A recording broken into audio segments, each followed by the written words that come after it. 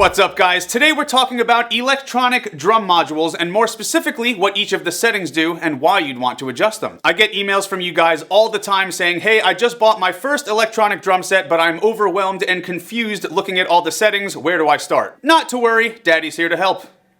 But it's definitely good to know this stuff so you can make your playing experience more customizable. Our example module I'll be using for this video is the brand new Mark II version of the ddrum DD-TI. This just came out like a month ago, not even. This is probably the most affordable drum module out there that I would recommend. It's only 169 bucks. Also worth mentioning that this is more of a trigger interface than a sound module because there's not any actual sounds on the unit itself. If you look on the back, there's a USB output so we can connect this to the computer and pretty much use any drum sounds that we want or download from the internet, or you can use a VST sampler if you want. So this type of module is a really great alternative if you don't want to be limited to only using the sounds in the box. All right. First things first, if you haven't done so yet, make sure you plug all of your triggers or electronic pads into the appropriate inputs on the back of the module. In this case, I'm going to use the ddrum Chrome Elite triggers with the RTOM mesh heads, but if you want, you could also use these triggers with acoustic heads, of course. So plug the kick drum where it says kick, snare where it says snare, and so on. Now we have two options for linking this to the computer. We have that USB output, but we also have a MIDI output. Basically, the USB output is perfect for when you don't already have an audio interface or some kind of recording hardware. But since I have my overhead microphones plugged into my Focusrite interface, which is already connected to the computer with USB, I can use the MIDI output on the DD-TI. This runs into the MIDI input on the interface, so now everything is linked. Oh, YURRRRR! Okay, let's open my DAW. This is Cakewalk by BandLabs, best free software out there in my opinion. Open MIDI devices, make sure my interface is selected as the MIDI input, since that's what the module is hooked up to. Now we can open our VST drum sampler of choice. Today I'm going to use Hertz drums. If you missed my recent In Flames drum cover video, this is the sampler I used for that song. These are sick drum samples. They were recorded in Poland at the same studio where Behemoth and Decapitated record. Ooh. Jump on their website, sign up to give it a try, and in 2 weeks they'll be giving away 100 copies to random people who signed up. Do it. All right, first let's just hit everything and make sure that each drum is giving us the correct sounds.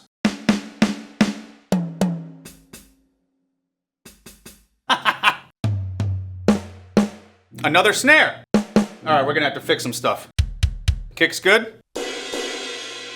So in Hertz drums, I'm going to click this little button that says MIDI routing. Now down here, it shows us what MIDI notes will correspond with each sample. So kick left is B0, kick right C1, snare is D1. All we have to do is change the MIDI note in the module to match that. So for the left kick, that's currently doing 32, and on here we want 35. So let's set this MIDI note to 35. There we go. All right, we gotta change that one. That should be B1, also known as 47. All right, that's giving us 44. Let's change it to 47.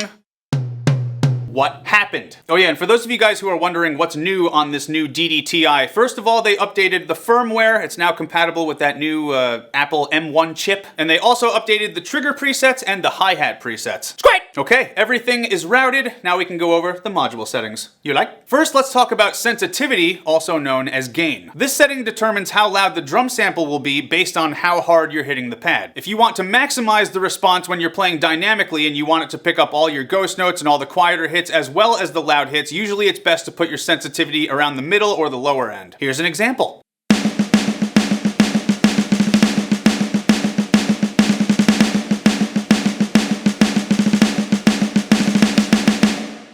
On the other hand, if you're playing really fast metal stuff and you want super loud pounding double bass, usually it's popular to put the sensitivity to max. The downside to doing this though is that we're gonna lose all the dynamics because whether you're playing harder or softer, it's just gonna give us like really loud hits. Here's an example of that.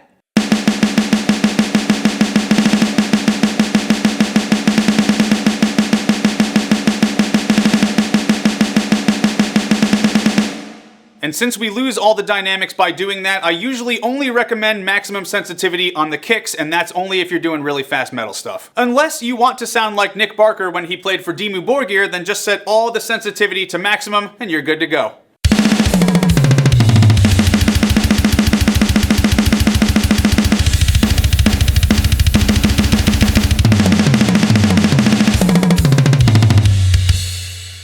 One thing to keep in mind though is that the higher you put the sensitivity, the more susceptible the triggers will be to accidental triggering, also known as crosstalk. Crosstalk happens when you hit one drum pad really hard and it also triggers another drum pad, and we don't want that. Luckily, most drum modules do have a crosstalk setting for this, and we'll go over that in just a little bit. Next we have velocity curve. This is sort of related to the sensitivity because this tells the module how to respond to the differences in your dynamics. Best way to understand this one is to look at these graphs here for visual representation. A linear curve will respond pretty much how you'd expect it to. If you hit soft, it'll play soft. If you hit hard, you'll get a loud sample. So this would coincide with medium sensitivity. Or if we want maximum sensitivity like we talked about earlier, we could probably use the constant or the fixed curve. This will make every hit the same volume regardless of how hard you're hitting. Personally, I usually go with linear for the snare and the toms, or sometimes offset, but then usually I'll go with constant for the kicks, especially if I'm doing the fast metal stuff. But definitely play around with the velocity curves and see which one you like better, because you might prefer one over the other depending on your playstyle. Next setting we're going to talk about is threshold. Some people confuse this one with sensitivity because it's still related to how hard you have to hit the drum. But remember, sensitivity deals with how loud of a sample sound we're getting, whereas threshold is going to deal with how hard you need to physically hit the drum or pad to even get it to make a sound at all. If you set the threshold really high, you'll need to hit the drum pretty damn hard in order for it to, trigger at all, but you probably won't get any ghost notes. Here's an example.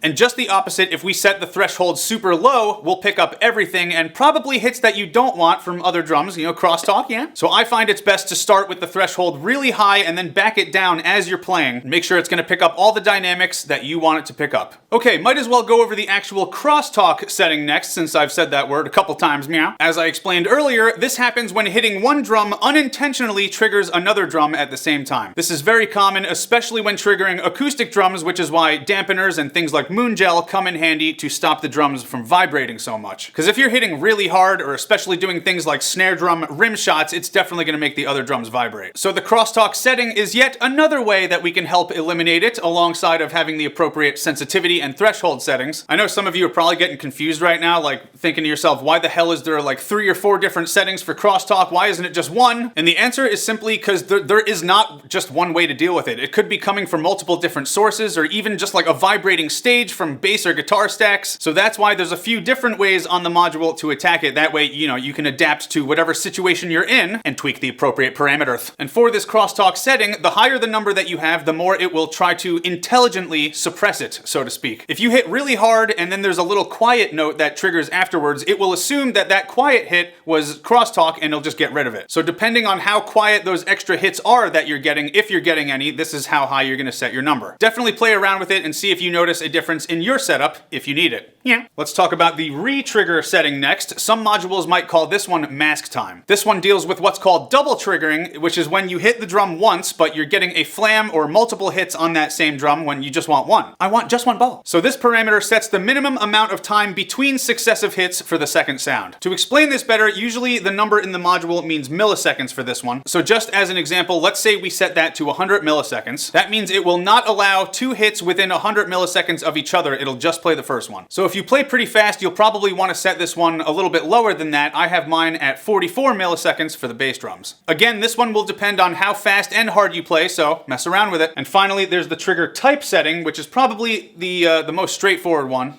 Oh, look, it says PP. This is where you tell the module what kind of triggers or pads you're using, because in some cases it'll behave differently. The most common type of trigger is called the piezo. These are what's on, the majority of drum triggers and electronic pads out there. And there's also the option for switch, and you'll want to select this one when you have an electronic cymbal pad that has a choking feature. And I guess that's pretty much everything, right? Yeah. Oh wait, nope, there's one more setting I forgot to mention. Sex.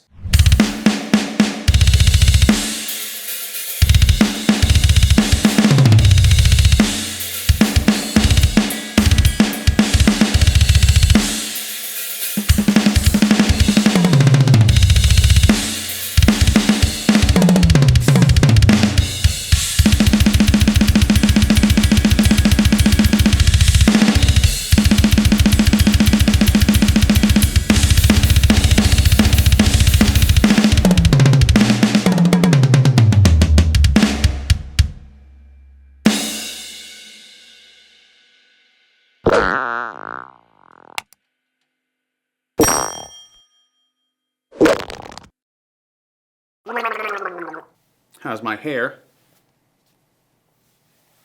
Probably should have checked this before I pressed record, right? Yep. Wasting everyone's time. That we can download from the internet, or you can use a drum sample VST plugin. Fuck your mouth. I fucking did it. I said that line. Holy fucking dick sauce cheese. Dick sauce cheese.